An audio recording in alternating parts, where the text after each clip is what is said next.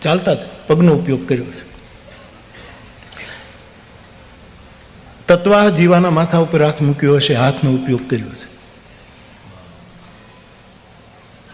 પેલા એ કીધું હશે કે અમને ચરણ ધોવા દો, અને પછી એ જળ અમે આ ડાળમાં સિંચી દઈએ ને આ વડલો કોળે, તો એને ચરણ ધોવા દીધા હશે. એને કઈ જે ભિક્ષા ધરી હશે સાહેબ તે મુખથી ખાધું હશે. આમાં તમને કોઈનો વાંધો છે? કબીર સાહેબને ખાય એમાં તમને વાંધો નથી ને? એ જમે થોડીક નથી.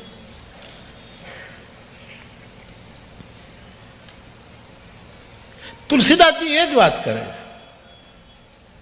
બ્રહ્મને મોઢાની જરૂર નથી, બ્રહ્મને હાથની જરૂર નથી, બ્રહ્મને પગની જરૂર નથી, બ્રહ્મને આંખની જરૂર નથી, બ્રહ્મને નાકની જરૂર નથી, બ્રહ્મને બોડીની જરૂર નથી. પણ એને કોઈ ઇન્દ્રિયોની જરૂર નથી. એ ગોતીત છે.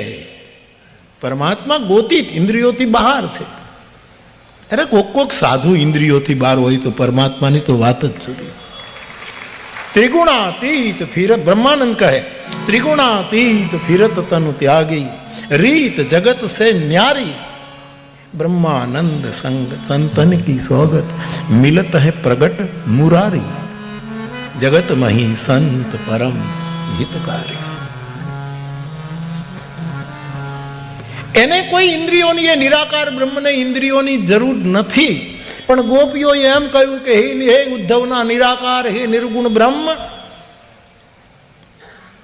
અમારી પાસે માખણ છે, એની પાસે મુખ નહીં હોય તો અમારે ખવડાવવું કોને? માટે એને મુખ આપ, એને મુખ આપો. સગુણ ચિતર્યો, સગુણ બનાવ્યો. ભગત પ્રેમ બસ સગુણ સો હોય. એને પગ ન હોય તો અમારી ગાયોની પાછળ કોણ દોડશે, કોણ ચરાવવા જશે? એને નાસિકા નહીં હોય તો અમે જ્યારે સુંદર એના માટે પ્રસાદ, ભોગની 56 ભોગની સામગ્રી તૈયાર કરશું તો એ નાક વગર, એ નાસિકા વગર કેમ શ્વાસ, કઈ રીતે વાસ લેશે?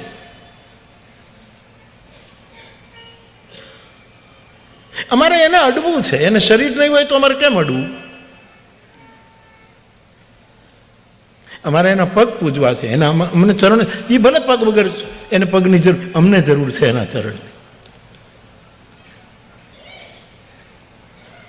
એને આંખ નથી તો પણ એ જુએ છે, પણ અમને એ પોતાની આંખથી જુએ. આમ તો અંતર્યામી થઈને બધું જાણતા હોય, પણ એમાં અમને શુદ્ધ, અમને તો એ પોતાની આંખોથી જુએ, અમારી સામે જુએ. પ્રેમ વીક્ષણ કરે, ગોપીનો શબ્દ છે પ્રેમ વીક્ષણ. આ ગોપીઓના પ્રેમે એ નિરાકારને સાકાર કર્યો. ગોપીઓને એની બાહોમાં જવું છે, એને શરીર જોઈએ છે.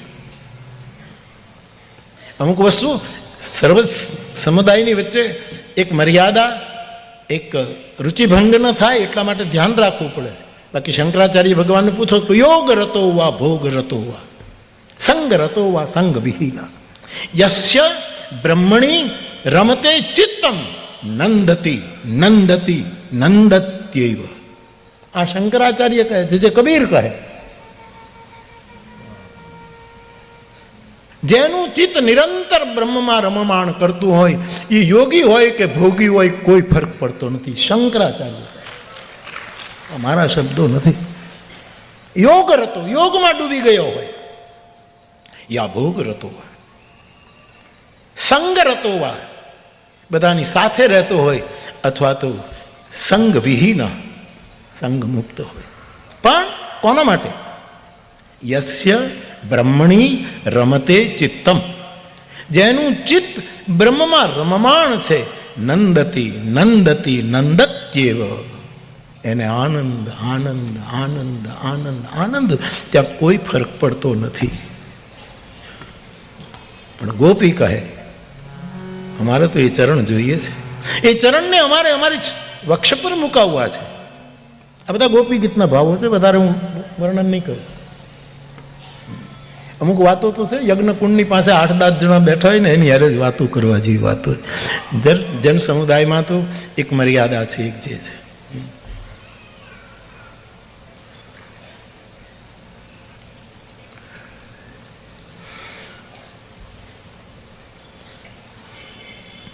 શંકરાચાર્ય ભજ ગોવિંદમાં કેવું કેવું લખે છે, હરીશભાઈ તમે કૂદો, વક્ષનું વર્ણન કરે, નાભીનું વર્ણન કરે. પણ આ બધામાંથી મને તમને બહાર કાઢવા માટે ભજ ગોવિંદમ, ભજ ગોવિંદમ, ગોવિંદમ ભજ મૂઢમતે. આમ સર્વાંગ જોવું પડે. આપણે દેવતાઓની પરિક્રમાની જે પદ્ધતિ આપણે ત્યાં આવી, બીજા કોઈ ધર્મમાં છે મને બહુ ખબર નથી. કોઈ પણ સૂત્રને, કોઈ પણ મહાપુરુષના વચનને આમ આમ ચારે બાજુથી, અને એક પરિક્રમા ન પતો ને હાથ પ્રદક્ષિણા કરીને પછી કોમેન્ટ કરવી, હાથ પ્રદક્ષિણા કરી લેવી પછી કોમેન્ટ કરવી.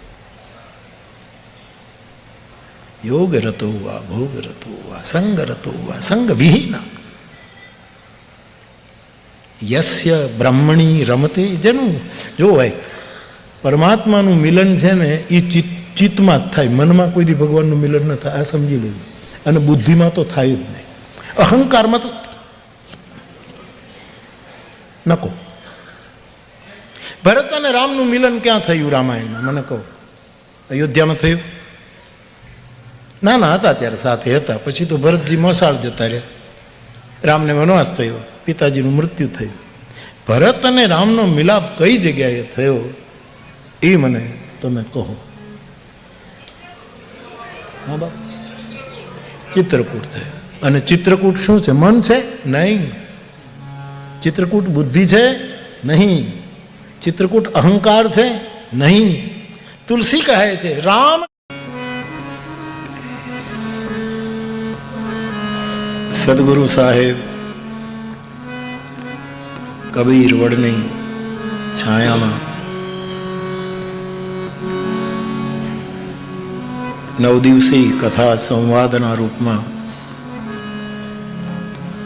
રેવા તીર્થની ગતિએ ગતિ કરી રહી છે. એવા સમયે ફરી એક વખત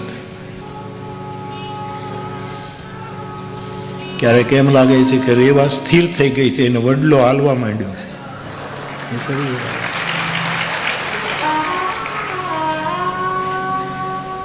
ચરને અચર કરે અને અચરને ચર કરે, એ તો બ્રહ્મ નિરૂપણ છે. આવા એક પવિત્રતમ વાતાવરણમાં આપણે સૌ છીએ ત્યારે અહીંની પ્રગટ અપ્રગટ સમસ્ત ચેતનાઓને પ્રણામ કરીને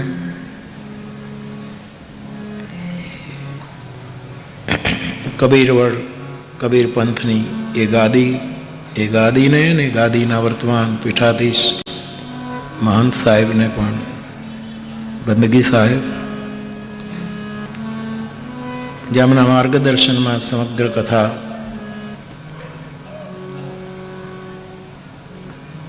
સુચારુ રૂપે આગળ વધી રહી છે, એવા પૂજ્ય મોરબી કબીર સાહેબ પ્રણામ.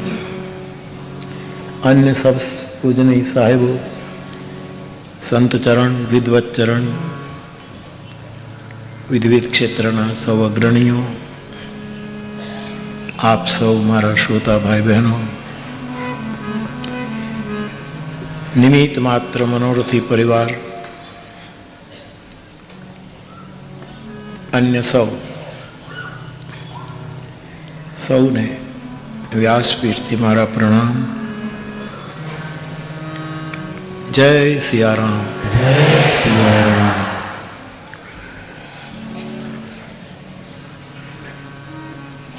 રોજનો એક ક્રમ બાપુએ ગોઠવ્યો કે કોઈને કોઈ યુવાન સાહેબ કબીર સાહેબની વાતો, એમના વિચારોની વાતો આપણી પાસે રજૂ કરે. અને ક્રમશઃ મેં જોયું કે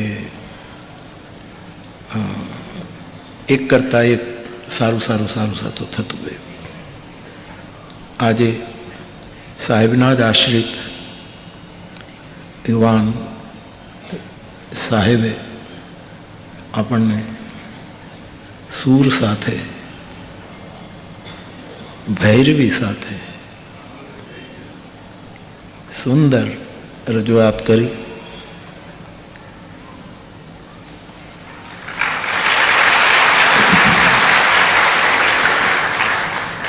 બધું આમનામ રહે તો કેટલું સુંદર ભવિષ્ય દેખાય છે સાહેબ. આમનામ રહે તો આમનામ રહેવું જોઈએ તો કેટલું ભવિષ્ય ઉજવાય.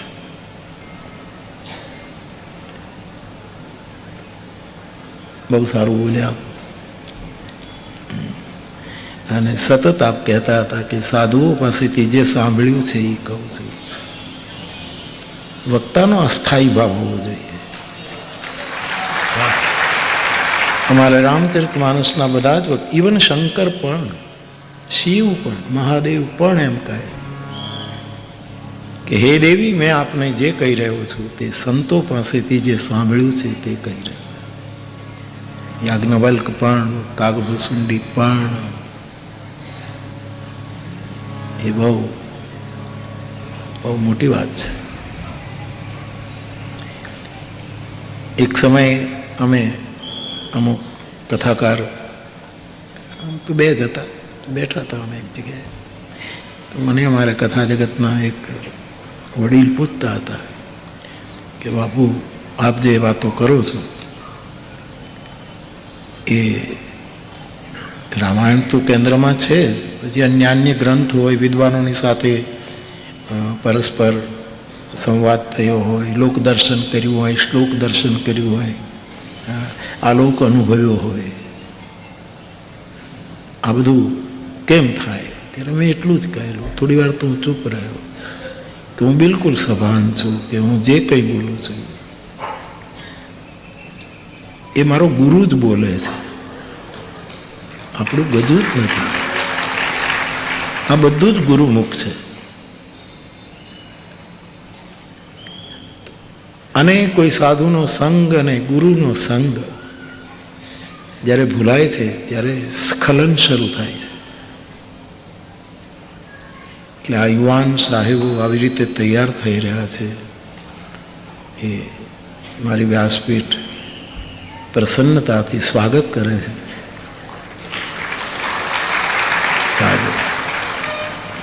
અને યુવાન કબીર સાહેબોએ ગાવું જ જોઈએ. કબીર સાહેબનું એક પદ છે, તારને ખૂંટીને કેન્દ્રમાં રાખીને આખું સંગીતનું પદ કબીર સાહેબે લખ્યું છે.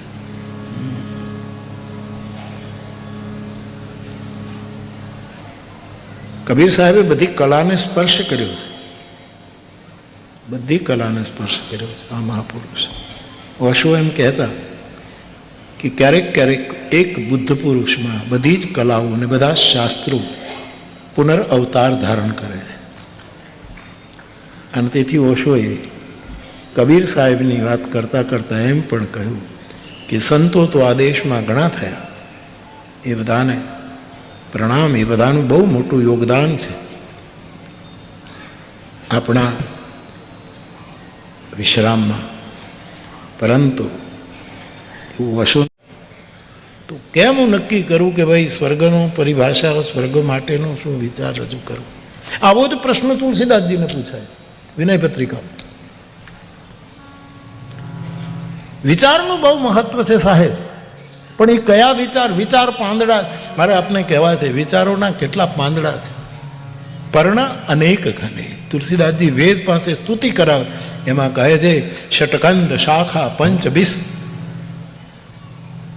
અને અગણિત પર્ણ છે, અગણિત પર્ણ છે.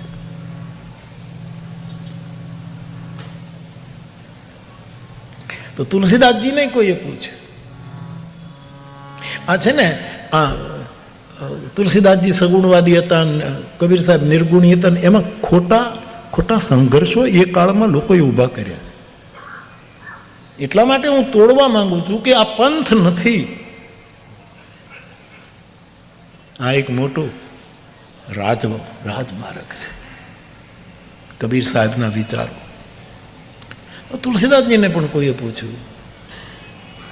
મારે તો બાપુ આ કબીર વર્ડનું એક મારા મનમાં કાયમ પહેલું રહે, એટલા માટે મેં આનું નામ રાખ્યું કથાનું માનસ કબીર. નહીં તો મારા મનમાં તો ચમકારો એ થયો, માનસ તુલસી કબીર, મારે તો આ બંનેને જોડવા. એ કાંઠે કબીર તો આ કાંઠે તુલસી, એટલે કે માનસ. તુલસી એટલે આ માનસ, મોરારી બાપુ નહીં. ઘણા મને તુલસી બનાવવાની કોશિશ કરે, મારે તુલસી થવું નથી, મને મોરારી બાપુ જ રહેવા દો, તમારે થવું જ થઈ જાવ.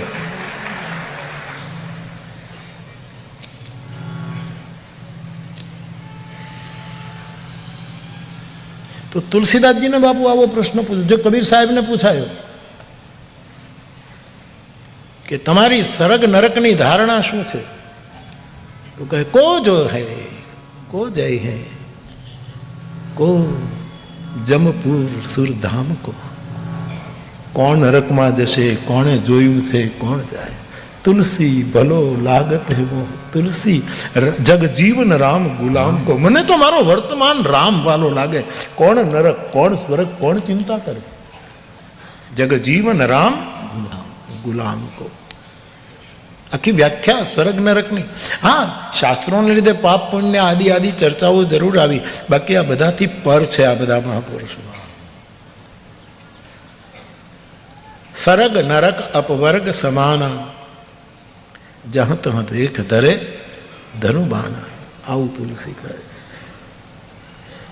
તો બાપ એક એવો ચંદ્રમા જેને રાહુ કેતુ ગળી શક્યા નહીં, જેને શુક્લ અને કૃષ્ણ પક્ષના ભેદ ખલાસ થઈ ગયા છે.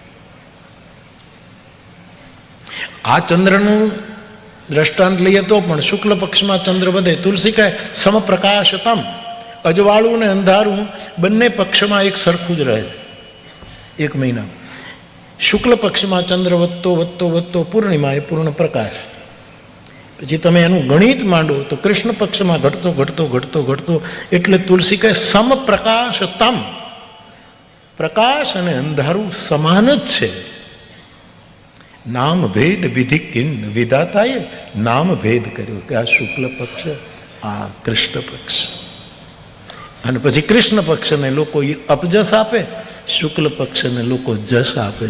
આ પરિસ્થિતિ. બાકી બંનેનો અંધકારનું ગણિત જો માંડો તમે કે આ આટલું અજવાળું આટલું ઘટ્યું ઘટ્યું ઘટ્યું ઘટ્યું ઘટ્યું ઘટ્યું આટલું પહેલાં પૂરું હતું, ઘટતું ઘટતું અહીંયા ગયું, અહીંયા પહેલાં નહોતું, વધતું વધતું. બેયનું સમાન, બે કૃષ્ણ પક્ષ અને શુક્લ પક્ષના અજવાળા અને તમે ત્રાજવા નાખો તો સમાન જ નીકળે છે.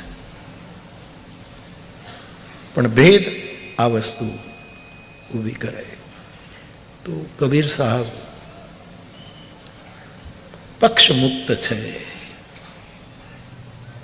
પક્ષા પક્ષી ત્યાં નહીં, પરમેશ્વર પક્ષ મુક્ત, દ્વંદ્વ મુક્ત મહાપુરુષ છે. એના વિચારોમાંથી જેવી રીતે પસાર થઈએ છીએ તો એમાં બધું લાગે છે. પણ વચ્ચેના કાળમાં જેમ આ સાહેબે કહ્યું ને કે ભાઈ કબીર સાહેબ ફરતા હશે, સેવકો સાથે હશે, એની કંઈ બોલતા ગયા અને પછી બધા લખતા.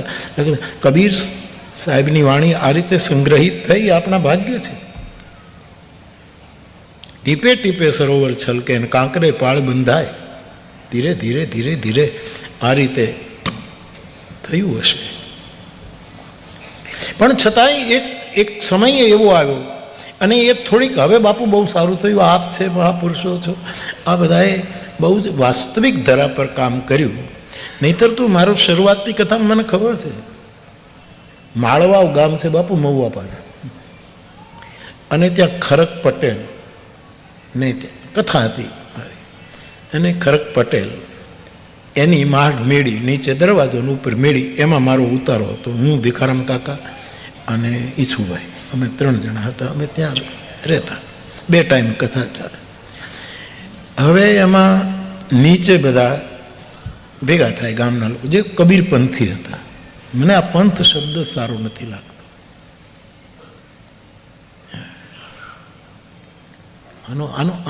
આમને તો આકાશ ખેડ્યા છે સાહેબ, આકાશ ખેડ્યા છે, આકાશ ખેડ્યા. કાંઈ નાની નાની કેડિયું નથી, પણ શોર્ટકટ વાળા કેડિયું ગોતે છે. આમને તો આકાશ ખેડ્યા છે સાહેબ, આકાશ ખેડ્યા છે, આકાશ ખેડ્યા. કાંઈ નાની નાની કેડિયું નથી, પણ શોર્ટકટ વાળા કેડિયું ગોતે છે. નાની નાની કેડીઓ એ બાપુ મારો અનુભવ છે, આને 50 વર્ષ પહેલાંની વાત કરી. એટલે 4-5 જણા ગામડાના લોકો પોતાને કબીરપંથી કેવડાવે ને પછી સત્સંગ કરે. તે હિજેભાઈ, અરે શું નામ હતું ભૂલી ગયો મને, એ ખરકને અમે ઉતર્યા હતા. તે અમે ઉપર, એ બધા નીચે સત્સંગ કરે, એનો નિયમ હશે તો બધા સાહેબની સત્સંગ કરે. એટલે મેં ઓલા